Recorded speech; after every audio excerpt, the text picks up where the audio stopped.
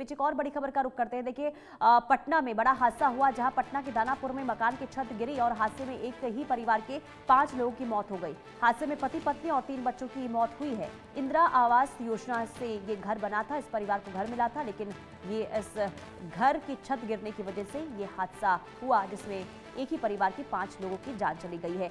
शैलेंद्र हमारे साथ बने हुए हैं। शैलेंद्र, पूरी जानकारी दे, ये हादसा कब हुआ, कैसे हुआ?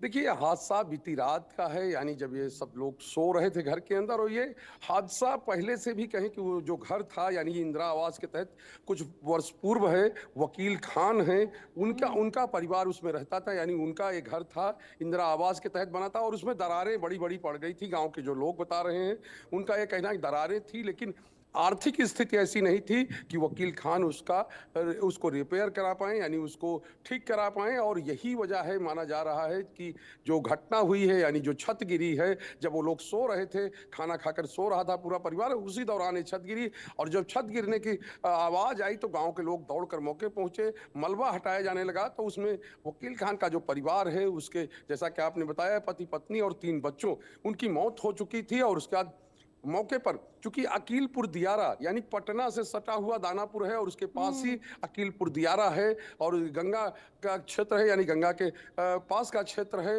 और वहां पर ये घटना हुई है। मानस नया पानापुर गांव है, उस गांव की ये घटना है।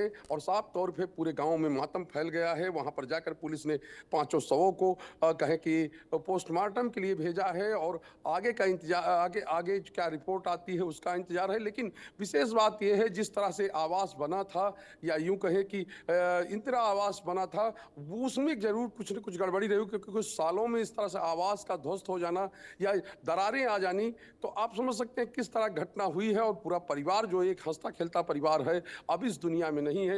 यानी उनके 5 सदस्यों की मौत हो चुकी है।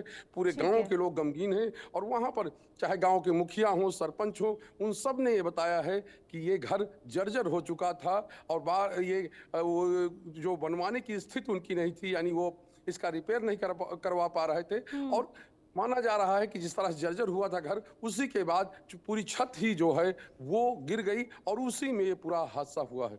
ठीक है शैलेंद्र, बहुत शुक्रिया तमाम जानकारी